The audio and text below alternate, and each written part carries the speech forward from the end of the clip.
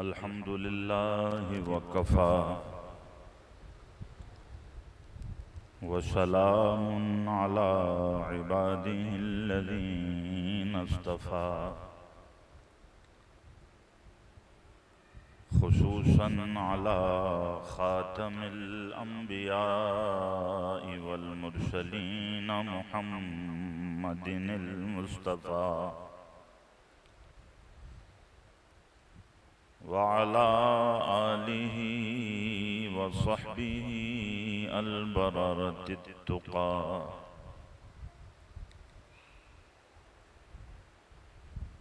وعلى كل من تبعهم بإحسان إلى يوم اللقاء. أما بعد فقد قال الله تعالى في القرآن المجيد والفرقان الحميد: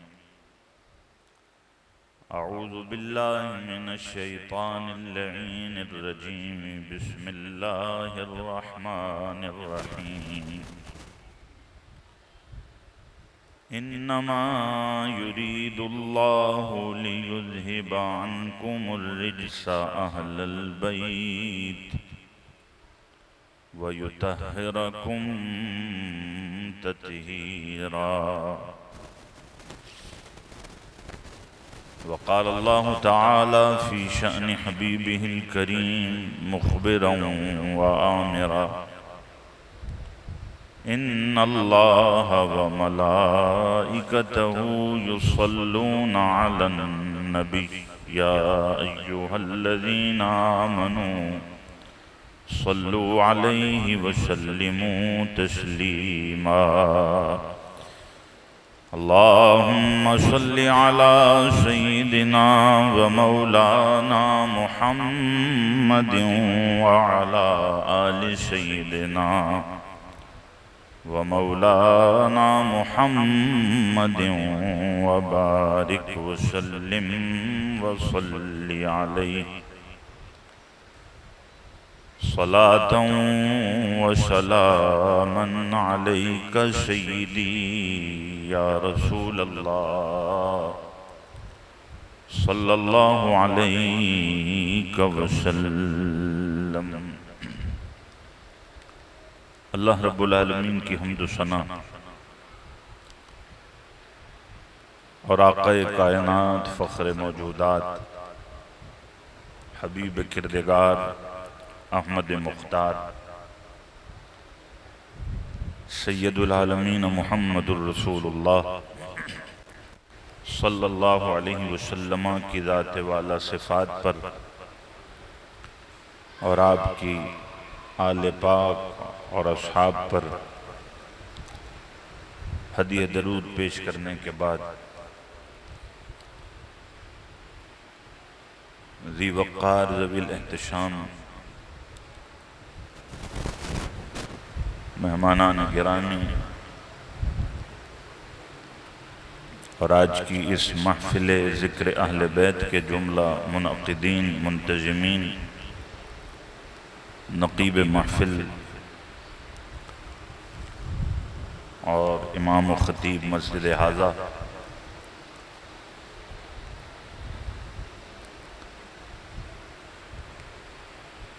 سب کی خدمت میں سلام عقیدت. بعدہ دعا کرتا ہوں کہ اللہ کریم اہل بیت کی محبت میں ان محافل کو سجانے والوں پر اپنی خصوصی رحمتوں کا نزول فرمائے اور ان مبارک محافل میں حاضر ہونے والوں کو اللہ تعالی اپنے قرب کی اور معرفت کی دولت عطا فرمائے. بحمد اللہ ہم اہل سنت و جماعت حضور علیہ السلام کی آل پاک سے بھی کامل محبت اور عقیدت رکھتے ہیں، اسی لیے ان کے ایام، ان کے اعراس عقیدت اور محبت کے ساتھ، اہتمام اور انصرام کے ساتھ سیلیبریٹ کرتے ہیں، اور بالخصوص ماہ محرم الحرام کے ان ایام میں ذکر سیدنا امام علی مقام امام حمام امام حسین علیہ السلام اور ان کے اعوان و انصار کی قربانیوں کا اور دین اسلام کے لیے جو انہوں نے اپنے لہو کے نذرانے پیش کیے، اس کا تذکرہ رحمت کر کے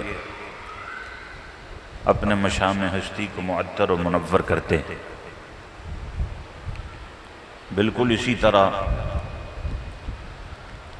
جس طرح کہ ہم حضور علیہ السلام کے صحابہ کرام رضوان اللہ تعالی علیہم اجمعین کے ایام مناتے ہیں، تو ہم نے حضور علیہ السلام کی آل سے بھی اپنے دامن عقیدت کو بڑی مضبوطی اور استحکام کے ساتھ جوڑا ہوا ہے۔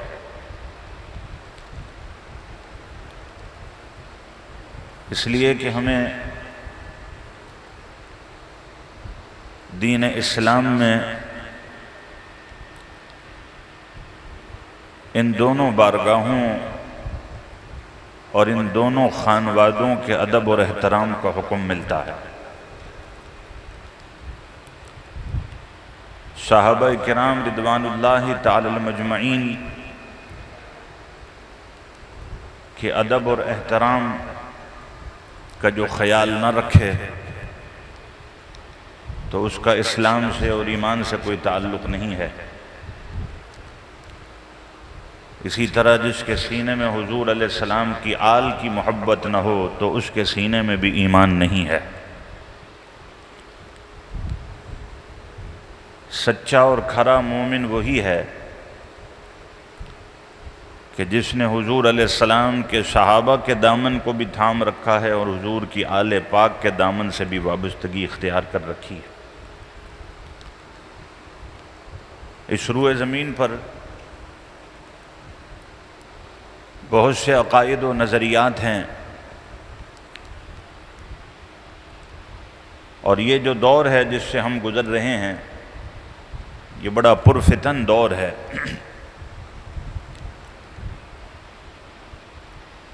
اس دور میں اپنے عقیدے اور ایمان کو بچانا یہ مشکل ترین امور میں سے ایک امر بن چکا ہے۔ اس لیے کہ آج کے دور میں سوشل میڈیا کا بکثرت استعمال کیا جا رہا ہے،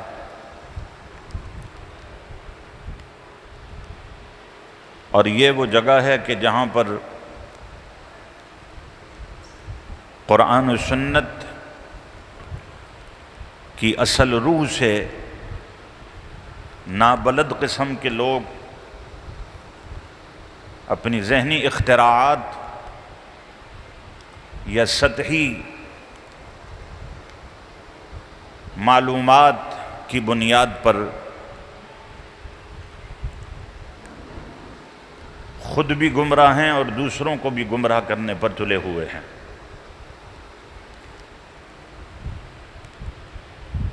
اور بالخصوص محرم الحرام کے ان ایام میں حب اہل بیت کے نام پر رسول کریم صلی اللہ علیہ وسلم کے صحابہ پر طعنہ زنی کرنا ایک محبوب مشغلہ بن چکا ہے، اور یہ ایسی بیماری ہے کہ جو بڑھتی چلی جا رہی ہے۔ بلکہ یہ مرض اب اندرون خانہ بھی داخل ہو کر اہل سنت کی اجتماعیت اور ان کی مرکزیت کی جڑیں کھوکھلی کر رہا ہے، اور غلط معلومات اور غلط فہمیوں اور غلط نشستوں کی وجہ سے لوگوں کے نظریات اور ان کی آئیڈیالوجی خراب کی جا رہی ہے۔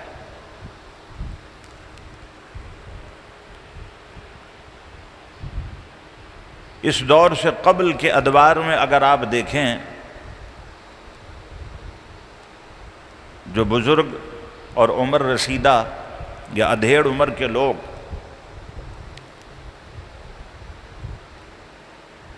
کہ جب موبائل فون ایجاد بھی نہیں ہوا تھا تو اس دور میں کسی کے ذہن میں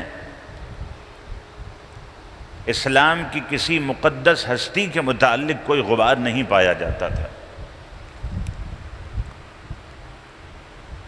اور اسلامی مقدسات کا ادب اور احترام کرنا یہ لوگ اپنی جان کی حفاظت سے بھی زیادہ ضروری اور اہم تصور کیا کرتے تھے۔ لیکن جس طرح ایجادات ہوتی گئیں اور ایک منظم سازش کے تحت مسلمانوں کو مشینوں کا دلدادہ بنایا گیا،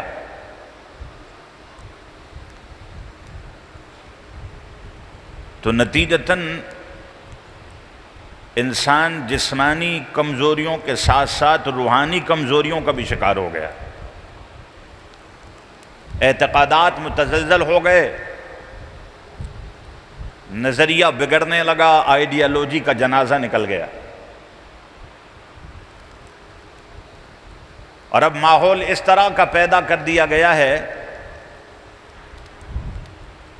کہ اگر محرم الحرام میں کوئی حضرت سیدنا فاروق اعظم رضی اللہ تعالیٰ عنہ کی شہادت کی بات کرے تو لوگ کہتے ہیں کہ یہ بے موقع اور بے محل بات ہے۔ آج میڈیا کے اوپر اپنے آپ کو اہل سنت کہنے والے شور برپا کیے بیٹھے ہیں کہ اگر حضرت عمر رضی اللہ تعالیٰ عنہ کا یوم شہادت منانا ہے یا ان کی شہادت کی بات کرنی ہے تو محرم سے پہلے کر لو، محرم میں نہ کرو۔ کیوں؟ اس لیے کہ وہ یہ سمجھتے ہیں کہ شاید حضرت عمر رضی اللہ عنہ کی بات اگر محرم میں کی جائے گی تو اس سے اہل بیت کی شان میں تنقیص ہوگی۔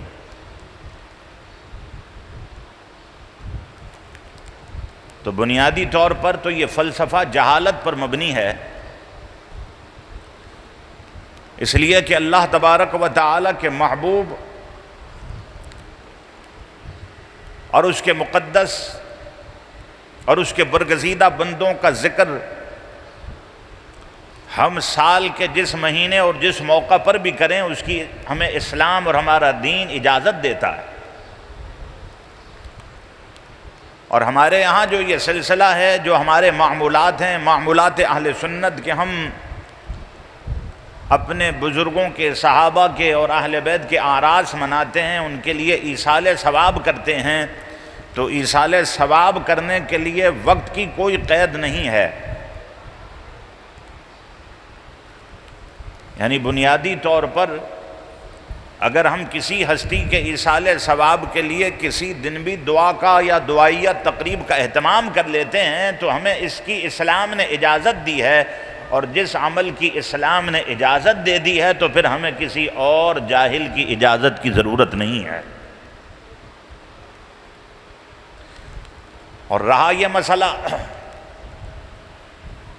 کہ ہم کسی موقع پر اگر صحابہ کی بات کریں تو اہل بیت کی نہ کریں، اور اہل بیت کی بات کریں تو صحابہ کی نہ کریں، یہ بیماری اس دور میں پیدا ہوئی ہے، ورنہ آج سے 1450 برس کے احوال کا ایک تاریخی مطالعہ اگر آپ کر لیں کہ جس دور میں قرآن نازل ہو رہا تھا تو قرآن مجید فرقان حمید میں اللہ تبارک و تعالی اپنے محبوب کے صحابہ کی بھی توصیف فرما رہا تھا اور حضور کی آل پاک کی بھی تعریف فرما رہا تھا۔ تو جب دونوں کا تذکرہ کرنے میں قرآن مجید نے کسی وقت کو نہ مطلق رکھا، نہ مقید رکھا، نہ اس میں کوئی اختصاص پیدا کیا، تو قرآن تو ہماری اول دلیل ہے، سب سے پہلی دلیل ہی ہمارے دین کی اللہ کا قرآن ہے۔ تو جب قرآن مجید فرقان حمید ہمیں بتلا رہا ہے کہ رسول کریم صلی اللہ علیہ وسلم کے صحابہ کی تعظیم، ان کی توقیر اور ان کے طریقے پر چلنا یہ ہدایت ہے، بلکہ قرآن نے تو یہ بتلایا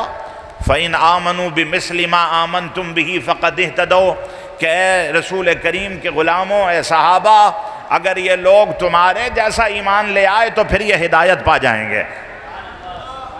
یعنی قرآن تو معیار اور کسوٹی حضور علیہ السلام کے صحابہ کے طریق کو ارشاد فرما رہا ہے، ان کے نظریے کو بتلا رہا ہے۔ تو حضور علیہ السلام کے صحابہ کے دامن سے دستکش ہو جانا اور پھر حب اہل بیت کی بات کرنا،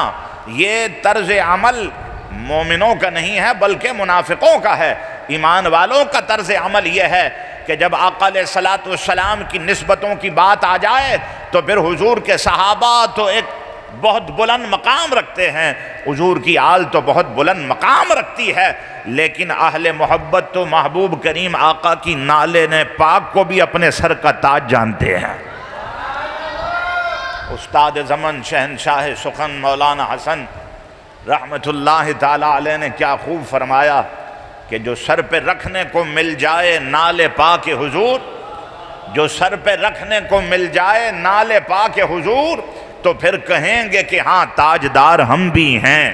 نگاہ لطف کے امیدوار ہم بھی ہیں، لیے ہوئے تو دل بے قرار ہم بھی ہیں۔ تو جن کے نزدیک رسول کریم صلی اللہ علیہ وسلم کے قدموں سے لگنے والی نالین پاک کا ادب اور احترام اتنا لازم ہو، تو پھر ان کے نزدیک حضور کے صحابہ کے ادب کا مقام کیا ہوگا، حضور کی آل کے ادب کا مقام کیا ہوگا، حضور کے شہر مدینہ کے ادب کا مقام کیا ہوگا، اور حضور علیہ السلام کی نسبتوں کے وہ کیسے محافظ ہوں گے۔ اگر اس فکر و فلسفہ کو سمجھنا ہو تو امام مالک کی بارگاہ میں حاضری دے کر سمجھا جا سکتا ہے کہ پوری زندگی امام مالک امام دارالہجرہ کی مدینہ پاک میں گزری ہے، لیکن ننگے پیر گھوما کرتے تھے، جوتا نہیں پہنتے تھے، چپل نہیں پہنتے تھے۔ جب آپ سے پوچھا گیا کہ آپ جوتا نہیں پہنتے، چپل نہیں پہنتے، آپ مدینہ کی گلیوں میں ننگے پیر پھرا کرتے ہیں، تو امام مالک نے فرمایا کہ میں یہاں پر جوتا اور چپل کیسے پہن سکتا ہوں، اس لیے کہ یہ وہ گلیاں ہیں جہاں سے کبھی میرے محبوب آقا گزرا کرتے تھے۔ میں ڈرتا ہوں کہیں میرا پیر اس مقام پر نہ پڑ جائے جہاں کبھی میرے مصطفیٰ نے قدم ناز رکھے۔ تو ہمارے اسلاف سے جو ہمیں دور کیا جا رہا ہے، تو اس کی وجہ یہ ہے کہ جب تک ہم ان سے دور نہیں ہوں گے تو ہمارا فکری اغوا نہیں ہو سکے گا۔ اسی لیے ان قدسی صفات ہستیوں کو ہی، ان عظیم المرتبت شخصیتوں کو ہی مطعون کرنا، ان پر طعنہ زنی کرنا، ان پر الزامات لگانا، ان کو نعوذ باللہ غصب کرنے والا ثابت کرنا، یہ ساری جسارتیں اسی لیے ہیں کہ جب تک مسلمان ان بارگاہوں سے دور نہیں ہو جاتے اس وقت تک ان کے عقیدے کو اور ان کے نظریے کو خراب نہیں کیا جا سکے گا۔ اسی لیے حضور علیہ السلام کے خلفاء پر طعنہ زنی ہوتی ہے، حضور کے صحابہ پر طعنہ زنی ہوتی ہے، لیکن ہمیں یہ یاد رکھنا چاہیے کہ ہم اہل سنت و جماعت ہیں، ہم اہل سنت و جماعت ہیں، اور اس روئے زمین پر جو مختلف نظریات اور عقائد رکھنے والے ہیں اور مختلف اعتقادات کے متحمل ہیں، ان سے ہمارا ڈفرینس اور امتیاز کیا ہے؟ وہ یہ ہے کہ کسی نے صحابہ کا دامن پکڑا تو اہل بیت سے دور ہو گیا، اور کسی نے اہل بیت کی محبت کی بات کی تو صحابہ کا موذی بن گیا۔ لیکن اہل سنت وہ ہیں کہ جنہوں نے سرکار کے صحابہ کے دامن کو بھی تھاما ہوا ہے اور مصطفیٰ کی آل کے دامن کو بھی تھاما ہوا ہے۔ اسی لیے بریلی کے تاجدار امام احمد رضا نے اپنا عقیدہ و نظریہ واضح الفاظ میں بیان فرما دیا تھا۔ آپ نے فرمایا تھا کہ اہل سنت کا ہے بیڑا پار اصحاب حضور، اہل سنت کا ہے بیڑا پار اصحاب حضور نجم ہیں اور ناؤ ہے عطرت رسول اللہ۔ تو ہمیں یہ یاد رکھنا چاہیے کہ نہ تو ہم رسول کریم صلی اللہ علیہ وسلم کے صحابہ میں سے کسی ایک صحابی کی توہین کر کر مومن رہ سکتے ہیں، اور نہ حضور کی آل پاک، حضور کے اہل بیت کی شان میں تنقیص کر کر مسلمان رہ سکتے۔ اگر ایمان کا کمال ہے اور اگر اسلام کی حلاوت ہے تو وہ اسی میں ہے کہ ہم ان بارگاہوں سے اپنے تعلق کو مضبوط اور مستحکم کر کر رکھیں۔ جن کی محبت کو رسول کریم صلی اللہ علیہ وسلم نے اپنی محبت قرار دے دیا، ہم ان کی محبت سے اپنے دامن کو دور کر کر نہ تو رسول اللہ صلی اللہ علیہ وسلم کے محب اور عاشق رسول بن سکتے ہیں اور نہ اللہ تعالیٰ کے محب ہو سکتے ہیں، اس لیے کہ اللہ سے محبت کرنے والا وہی شمار کیا جاتا ہے جو رسول اللہ سے محبت کرتا ہے، اور رسول اللہ سے محبت کرنے والا وہی ہے جو حضور کی آل سے بھی محبت کرتا ہے، حضور کے صحابہ سے بھی محبت کرتا ہے، بلکہ حضور کی نسبتوں کا بھی قدردان ہے۔ اور پھر یہ وہ خانوادہ ہے کہ اللہ تبارک و تعالی نے قرآن مجید فرقان حمید میں جب دنیا کے گھروں کا ذکر کیا تو پھر ایک ایسا گھر ہے کہ جس کو دنیا کے سارے گھروں پر اللہ تعالی نے اولویت اور فضیلت عطا فرمائی، وہ گھر کے جس کے لیے اللہ تبارک و تعالی نے قرآن مجید فرقان حمید میں تطہیر کا وعدہ فرما دیا۔ یہ جو آیت مبارکہ میں نے خطبہ میں تلاوت کی ہے آج ذکر اہل بیت کے لیے، اس آیت کا نام ہی آیت تطہیر ہے، اس لیے کہ اس کے آخر میں اللہ تعالیٰ نے فرمایا وَيُطَهِّرَكُمْ تَطْهِيرًا۔ اس میں حضور علیہ السلام کے اہل بیت کی طہارت کا ذکر ہے، ان کی پاکی کا بیان ہے۔ تو جن کی پاکی کا بیان اللہ قرآن میں فرمائے، جن کی طہارت کا بیان عالمین کا پروردگار کتاب مجید میں فرمائے، قرآن کا حصہ بنا دیا جائے، تو پھر ان کے بارے میں کوئی نازیبہ کلمہ استعمال کرنا اور کوئی غیر محتاط رویہ اختیار کرنا، نہ تو یہ اسلام ہے، نہ یہ ایمان ہے، نہ یہ عشق ہے، نہ یہ محبت ہے۔ حضور کی آل سے محبت کا معنی و مفہوم یہی ہے کہ جو فضائل اور مناقب قرآن نے بتلائے ہیں، جو حضور علیہ السلام کے فرامین میں ہمیں ملتے ہیں، ہم من و عن اس کو تسلیم کریں اور اس میں کسی قسم کے تذبذب کا شکار نہ ہوں، اور حضور علیہ السلام کی آل پاک سے اپنا تعلق اتنا مضبوط اور مستحکم کر لیں کہ دنیا میں بھی ان کے گیت گاتے رہیں، اور جب دنیا سے اٹھیں وقت آخر آئے تو ہمارا اگر دنیا سے رخصت ہونا ہو، انتقال ہو، تو انتقال بھی حضور کی آل کی محبت پر ہو، اور جب محشر کے دن اٹھنا ہو تو وہ بھی انہی محبتوں کے ساتھ ہو۔ اللہ تعالیٰ نے فرمایا انما یرید اللہ لیذھب عنکم الرجس اہل البیت۔ آیت مبارکہ کا جو آغاز ہو رہا ہے وہ کلمہ حصر سے ہو رہا ہے، انما کلمہ حصر ہے، بات کچھ اور نہیں ہے، بات صرف یہی ہے، انما، بات کوئی اور نہیں ہے، بات صرف یہی ہے، یرید اللہ، اللہ نے ارادہ کر لیا ہے، لیذھب عنکم الرجس اہل البیت، کہ اے اہل بیت اللہ تم سے ہر رجس کو، ہر ناپاکی کو، ہر پلیدی کو دور رکھے۔ اس کے علاوہ اور کوئی بات ہی نہیں ہے، بات صرف اتنی ہے۔ اچھا یہاں فرمایا یرید اللہ، ارادہ یریدو کا معنی ہوتا ہے ارادہ کرنا۔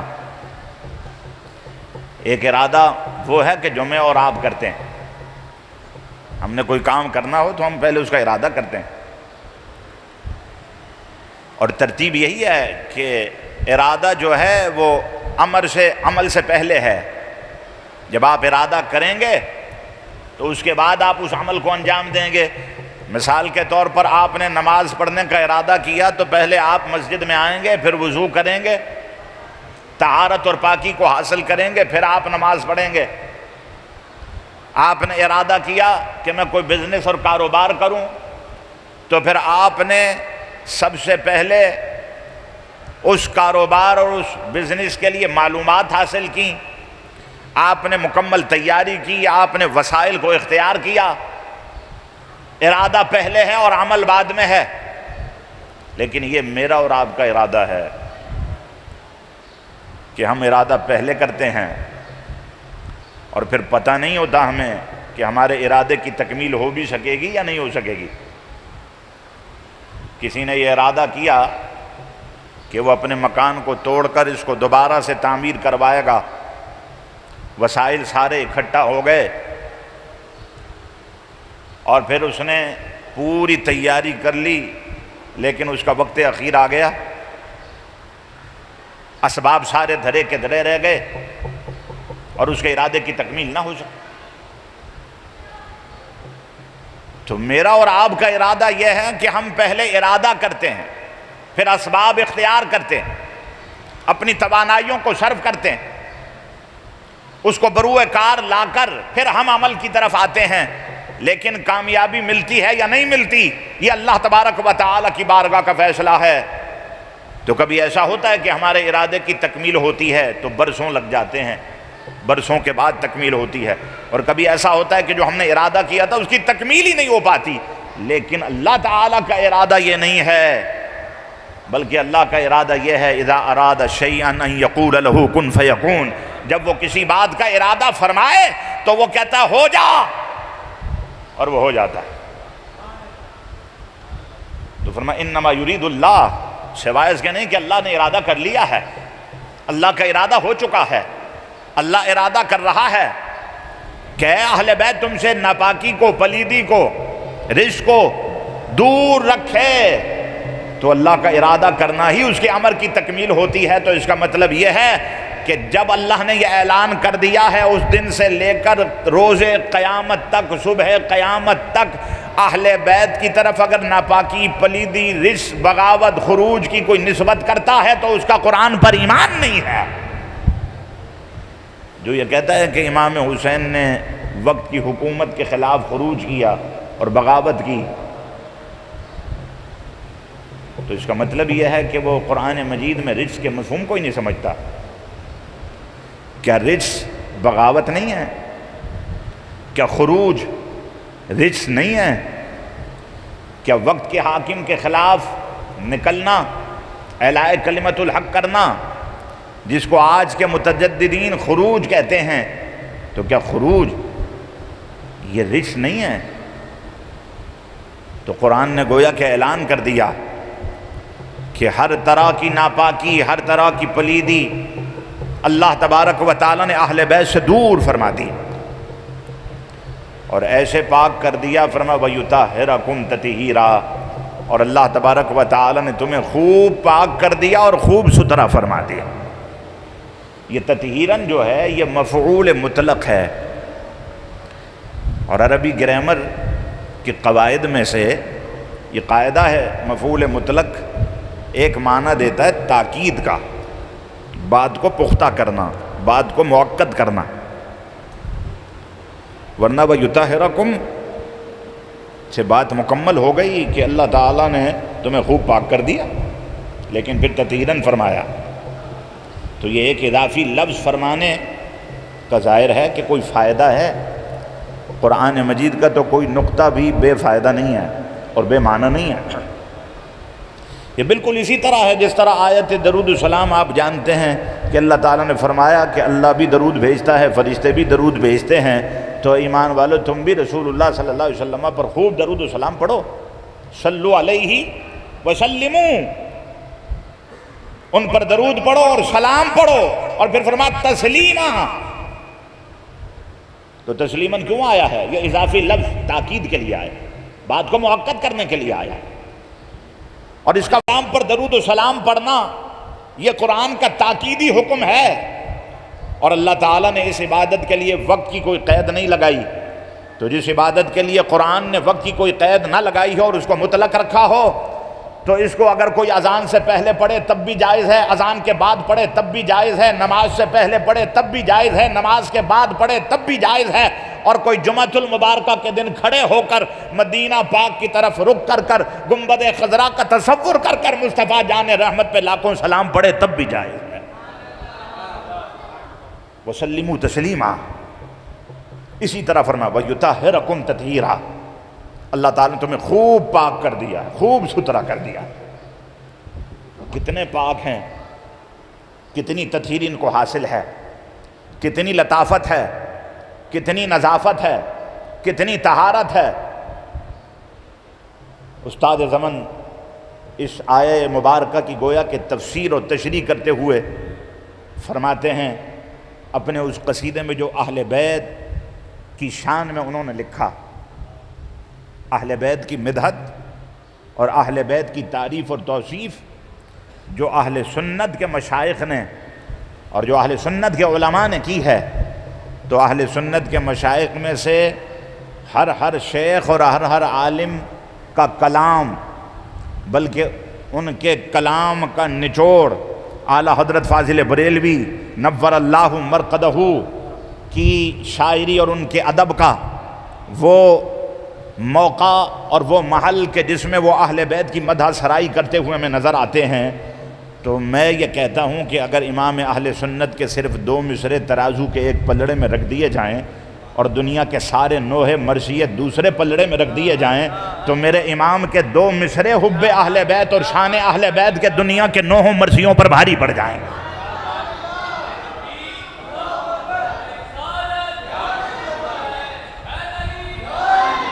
گویا کہ ایران اور تہران اور عراق میں بھی اہل بیت کی محبت میں وہ نہیں لکھا گیا کہ جو بریلی کے تاجدار نے اپنی مسجد اور مدرسے کی چٹائی پر بیٹھ کر اہل بیت کی شان میں لکھ دیا ہے۔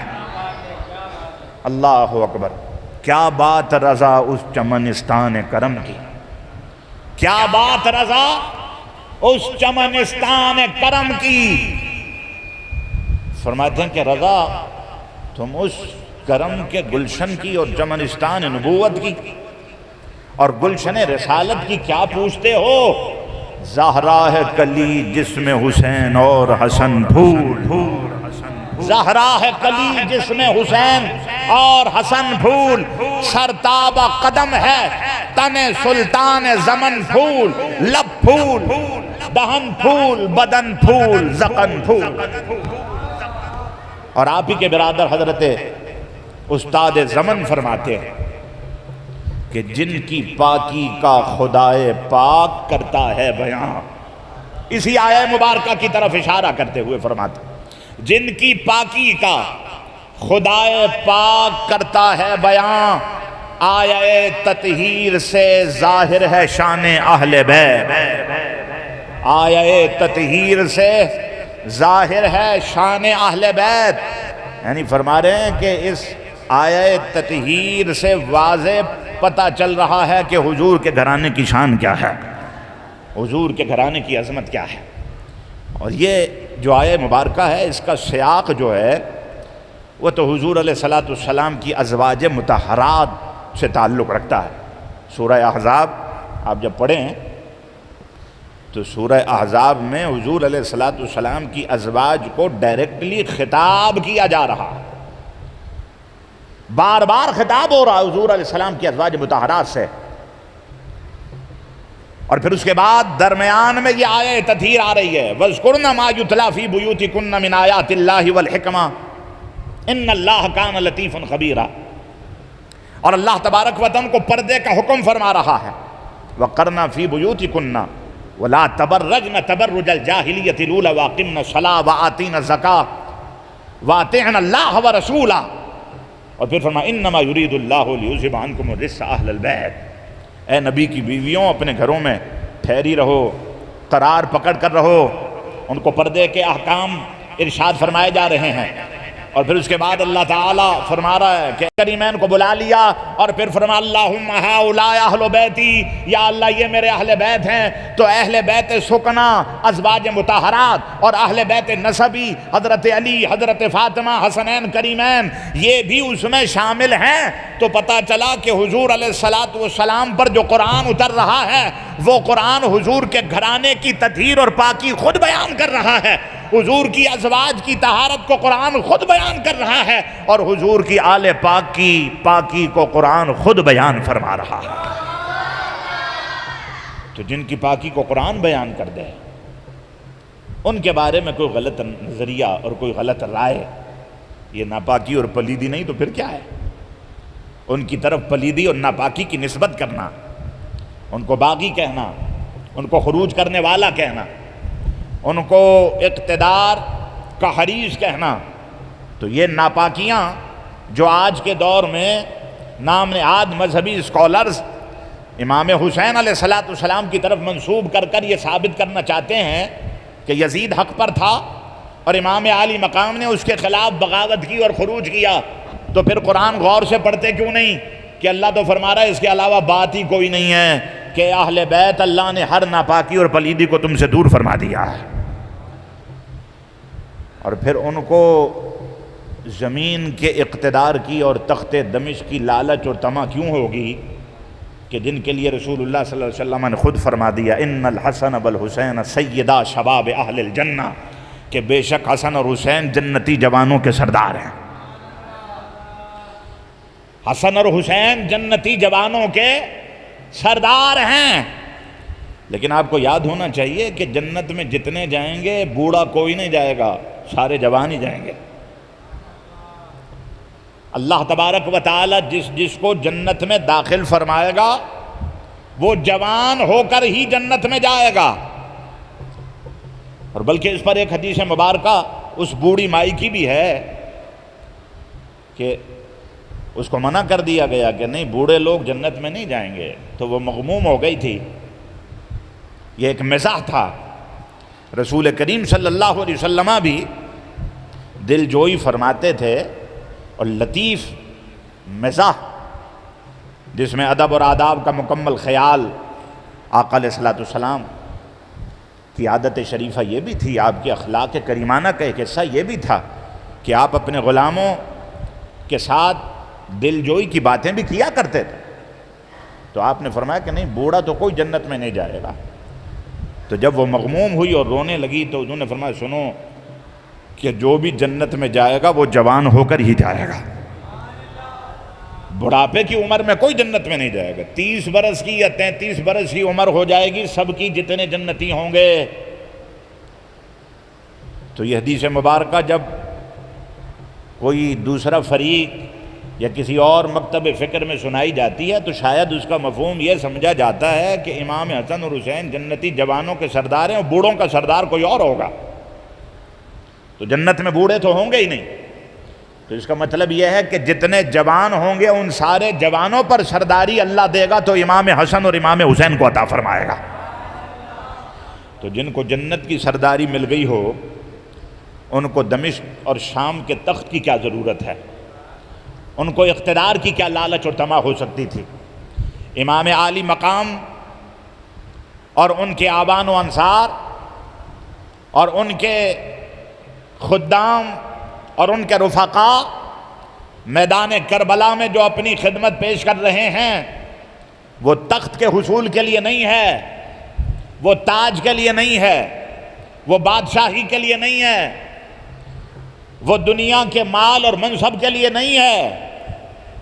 بلکہ امام عالی مقام کی یہ قربانی صرف اور صرف دین اسلام کے تحفظ کے لیے ہے، رسول اللہ کی سنت کے احیاء کے لیے ہے اور بدعات کے خاتمے کے لیے ہے، اور وقت کے ظالم اور جابر حکمران کے سامنے کلمت الحق بلند کرنے کا جو امام عالی مقام نے پیغام عملاً ہمیں دیا ہے وہ رہتی دنیا تک یہ پیغام دیتا رہے گا کہ اگر تمہارے دور میں بھی کوئی یزیدی کردار تمہارے سامنے آ جائے تو پھر تمہیں حسینی کردار ادا کرنا پڑے گا۔ اگر تم حسینی کردار ادا کرو گے تو پھر حب اہل بیت کے قول میں سچے کہلاؤ گے، اور اگر اپنے دور کے یزید کے سامنے گھٹنے ٹیک دو گے اور اس سے ساز باز کر لو گے اور اس کے ہم نوا بن جاؤ گے اور اس کے حمایتی بن جاؤ گے اور اس کو اپنا ووٹ دے کر منتخب کرواؤ گے تو اپنے آپ کو حسینی نہ کہنا، اس لیے کہ یزید کی حمایت کرنے والا حسین نہیں ہوتا، بلکہ یزید کی حمایت کرنے والا ابن زیاد ہوا کرتا ہے۔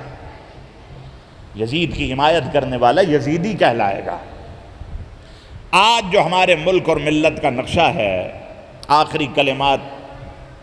میں شان اہل بیت اور ذکر اہل بیت کے اس تسلسل میں پیغام کی صورت میں آپ کو دے کر اپنی گفتگو کو سمیٹتا ہوں کہ آج ہم حضور علیہ السلام کے خانوادے سے محبت کی بات تو کر رہے ہیں، ہمارے یہاں بھی بلند بانگ دعوے اور نعرے پائے جاتے ہیں، اور فریق آخر کا بھی کام یہی ہے، لیکن اگر ہم دیکھیں کہ آج ہمارے اس دور کے کربلا میں جو مسند اقتدار پر یزیدی فکر کے امین بیٹھے ہوئے ہیں، تو کیا آج کے دور میں کوئی ایسا حسینی کردار ہمیں پاکستان کی نیشنل اسمبلی میں نظر آ رہا ہے کہ جو برملا ان کو روکے اور ٹوکے اور ان کو کہے کہ نہیں، یہ ظلم نہیں چلے گا؟ اسلام ظلم کو کبھی پروموٹ نہیں کرتا، اسلام تو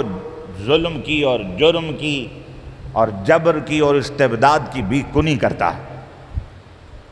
لیکن آپ دیکھ رہے ہیں کہ مذہبی کردار بھی آج پائے جاتے ہیں، وزارتوں پر بیٹھے ہوئے ہیں، لیکن انہوں نے اپنے لیے دنیا کی مراعات اور دنیا کے مناصب اور مال اور دولت کو ہی سب کچھ سمجھ لیا، اور ظلم کے ساتھ انہوں نے ساز باز کر لی، اور نتیجہ یہ ہے کہ عوام ظلم کی چکی میں پس رہی ہے، مہنگائی کے بوجھ تلے دبتی چلی جا رہی ہے۔ آج ہر دوسرا آدمی ڈپریشن اور انزائٹی کا مریض بن چکا ہے۔ آج کے مسلمان کے اندر وہ جرت اور غیرت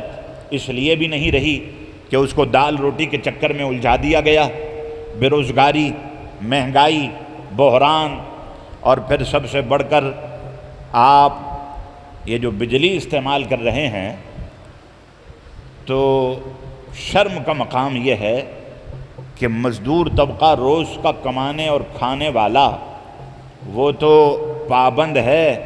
کہ وہ ہر مہینے مہنگے نرخ پر بجلی کے یونٹ استعمال کرے، لیکن جو لاکھوں روپے اسمبلیوں میں بیٹھ کر لے رہے ہیں اور جو لاکھوں روپے کی صرف مراعات حاصل کر رہے ہیں، ان کے لیے بجلی بالکل فری ہے۔ تو کیا یہ دور ہمیں یزیدیت کی یاد کو اور یزیدیت کے پیغام کو تازہ کر کر نہیں بتلا رہا؟ کیا ہم نے یہ سمجھ لیا کہ امام حسین نے اپنے دور کے یزید کو شکست دے دی اور پھر قیامت تک ہم صرف حسین حسین کرتے رہیں، اپنے آپ کو حسینی کہتے رہیں، اور عملاً ہم ظلم کے خلاف کوئی اقدام نہ کریں، ہم ظلم کے خلاف اعلاء کلمت الحق نہ کریں، تو ہم مغفور ہیں اور ہم بخشے ہوئے ہیں؟ تو یہ ہماری خام خیالی ہے۔ امام عالی مقام نے تو ہمیں اپنا سر میدان کربلا میں سجدے میں قربان کر کر اور کٹوا کر یہ پیغام اور دست دیا ہے کہ اگر واقعتاً تمہارے سینے میں حب اہل بیت کا چراغ جل رہا ہے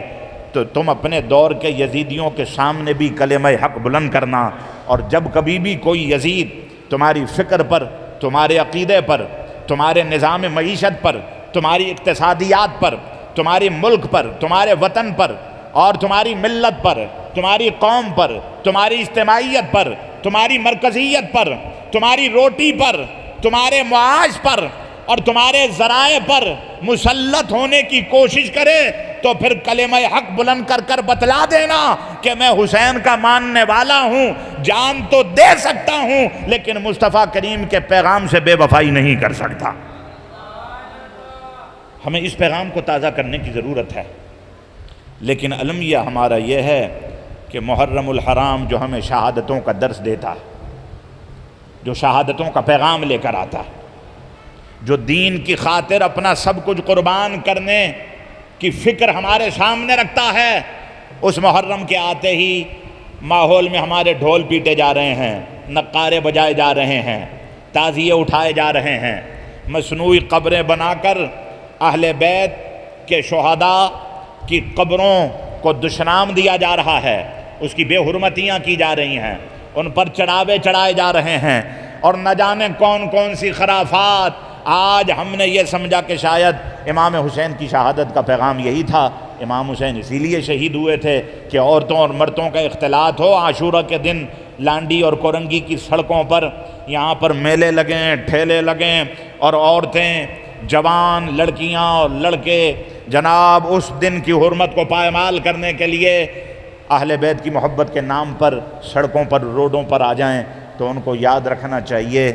کہ امام عالی مقام کی یہ شہادت ان خرافات کے لیے اور ان بدعات کے لیے نہیں تھی، بلکہ امام حسین نے تو یہ قربانی اس لیے دی تھی تاکہ آنے والے دور کے جو غلام ہیں، جو آنے والے دور کے محمدی ہیں، جو آنے والے دور کے عشاقان رسول ہیں صلی اللہ علیہ وسلم، وہ امام حسین کی طرز فکر پر عمل کر کر زندگی گزاریں، اور وہ اپنے عمل سے، اپنے کردار سے، اپنی شخصیت سے ہر طرح کی برائی اور بدی کو اور گناہ کو اور معصیت کو دور کریں، اور زندگی ان کی ایسے گزرے کہ ان کا اٹھنا بیٹھنا، چلنا پھرنا، سونا جاگنا سارا امام حسین کی شخصیت اور ان کی سیرت اور ان کے کردار کا آئینہ دار بن جائے۔ لیکن ہم نے عمل کرنے کی طرف رغبت بالکل نہیں کی، خرافات میں مبتلا ہو کر امام عالی مقام کی عظیم شہادت کے مقصد کو فراموش کر دیا۔ شاعر نے خوب کہا تھا کہ سمجھی نہیں یہ دنیا عظیمت حسین کی، اور تماشا بن گئی ہے شہادت حسین کی۔ آج یہ ہو رہا ہے محرم الحرام میں، لیکن جہاں بدعات اور خرافات کو رواج دینے والے ہیں، وہاں حق کا ابلاغ کرنے والے بھی ہیں۔ ستیزہ کار رہا ہے ازل سے تا امروز، چراغ مصطفی سے شرار بو لہبی۔ اللہ تعالی ہم سب کو اہل بیت کی سچی پکی محبت، اور بالخصوص سیدنا امام عالی مقام علیہ السلام اور ان کے آبان و انصار کی جو قربانی دین اسلام کے لیے ہوئی، اس سے روشنیاں اور پیغام حاصل کرنے کی توفیق مرحمت فرمائے۔ وآخر دعوایا ان الحمدللہ رب العالمین۔